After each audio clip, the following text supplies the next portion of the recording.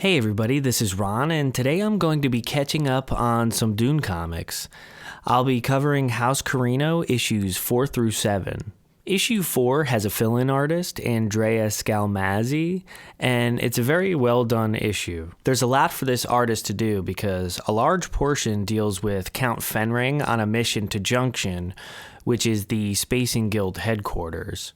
And he's there to test the artificial spice on the guild navigators to see if it will work with them. The movement is very fluid during the fight scenes, and it's always nice when there's a heavy dose of action in these comics because it's a good change of pace from people standing around in rooms and scheming, which is what we all love about Dune, but that type of stuff obviously works better in a novel than a comic, and these creators understand that very well. The beginning of this issue goes back and forth between Piter and Count Fenring, who both serve the same purpose in a lot of ways. So much so that I confuse the two sometimes when I'm reading the books. We also get a little bit of foreshadowing with the Reverend Mother's warning Ani Rule about Jessica and her unborn baby. This time it's done in a more straightforward way instead of presenting them as spirits, but this is just as effective. It was also pretty neat to see the crash of the guild highliner in comic form. The Amal is not a great replacement for the spice melange, and testing it on a large scale has catastrophic consequences. Once again, the action is really well done with the Fremen sections, but I have to say I still don't really like the design of the Sardaukar.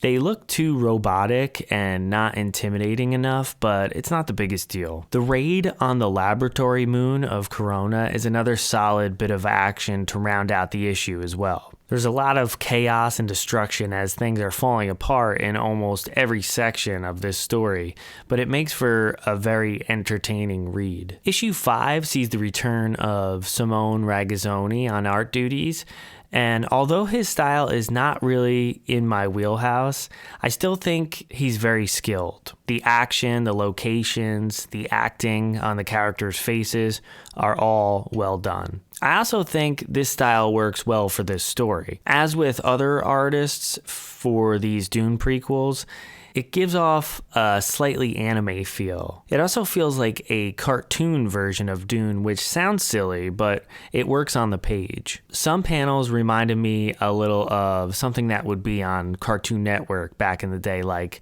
Samurai Jack, for example. We get to spend a little more time with Duke Leto on Caladan this issue, which was nice because there wasn't much for him to do in issue 4. The panel layouts are very nice as well. A lot of the Shaddam sections are basically him talking to people in his Landsrad hall, and that could become very static, but Ragazzani puts in the effort to make things interesting, and I like his portrayal of Shaddam. The Baron is relegated to only a couple pages, but I love the way he looks, and I always enjoy the more sinister aspects of these stories. I am a little confused with the look of Raban here because his appearance is very different from the two previous adaptations. He doesn't look like he has red hair here, and he appears younger, which I thought was sort of weird. So I'm not really sure what happened there. We finally get a look at Demur, the guild navigator, and I was a little disappointed with his design. It's pretty bland, and there aren't any fish-like humanoid qualities to him,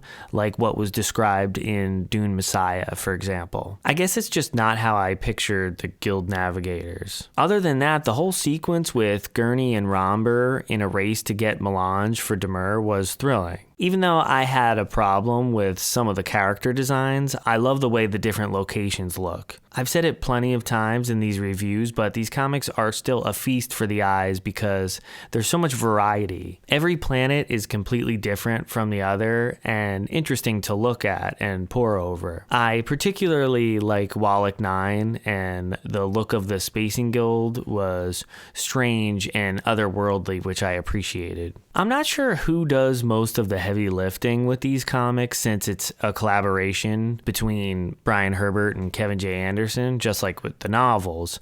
but they're very good at putting together an issue of a comic book. They're never overwritten, the pace is always excellent, but it somehow also doesn't just fly by. You get a lot of stuff jam-packed into every one of these issues, and it's all well thought out. So kudos to them for maintaining the quality on their third adaptation. Moving on to issue 6, we have Andrea Scalmazzi back on art duties, and I really enjoyed the art all the way through on this issue. There are some very interesting choices with the camera placement, and again, it really just makes the panels where people are walking and talking more visually appealing. A standout character design for me is the Spacing Guild member who meets with Liette early on in this issue. He's this gigantic pale man with an extravagant outfit on and a bald head, and it just works so well for Dune, I think. He's not an alien because there aren't any of them in Dune, but I like the idea that humans from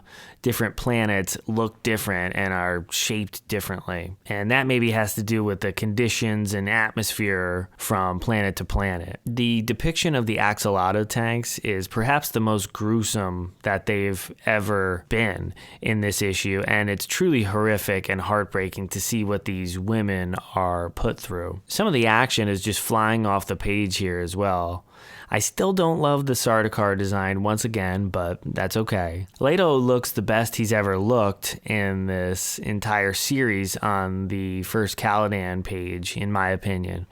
He looks very stoic and very much in line with the Leto from the novel. There's a panel of a guard behind Anirul in this issue, and I feel like this guy's design should have been the Sardaukar design instead because it's much more interesting and intimidating. Fenring has some great moments in this issue, and he's starting to become one of my favorite characters in these prequels. I absolutely love how dark and red the Harkonnen section of this book is. Raban looks a little better here, and what he's doing is very gruesome and in line with his character. Viscount Moritani shows up to plan an attack on the Atreides with Raban, and I really like his design. It looks like his getup was inspired by samurai armor, and this is actually something that I would have liked to have seen the Baron wear. Piter is as creepy as ever here, and I like the foreshadowing showing his infatuation with Lady Jessica. Shaddam seems to have learned a little bit from Fenring in this issue because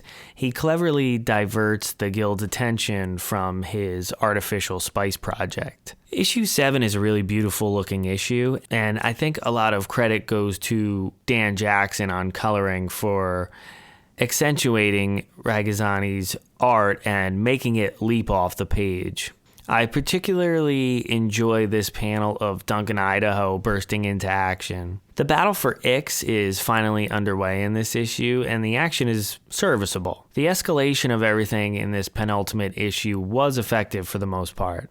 The only thing that I think was done better in the actual book this was based off of is the section where Viscount Moritani and Raban lead their assault on Caladan, and they immediately retreat when they see the holograms of the Atreides fleet. They didn't even question it. They just flee in fear instead of at least going into battle or being a step ahead like a cunning adversary would normally be like in Dune. I understand that Raban isn't the smartest character, but the Viscount was portrayed to be this cunning strategist in the last issue, and he falls for Thufir's trick right away, so I don't know, it just fell flat for me and was resolved too quickly. It was cool to see baby Paul finally being born in this issue, and the tension ramps up nicely when Piter kidnaps him. The panels with Romber in battle were kind of silly to me, especially when you think of this original classic novel steeped in philosophy, and then you see a cyborg clotheslining people and spewing dialogue right out of a blockbuster action movie.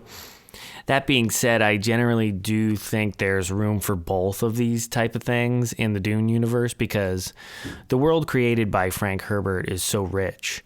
The prequel material does tend to be a little less sophisticated and more action-oriented, which can be a nice change of pace as long as it's done well. I'm looking forward to seeing how this story wraps up in comic book form with issue 8. I'm glad they went from 12 issues to 8 with this miniseries because I think the pacing improved and they didn't really need to sacrifice any of the storylines at the same time, so it's working out well. Please be sure to like and subscribe if you're enjoying this content, and thanks for watching.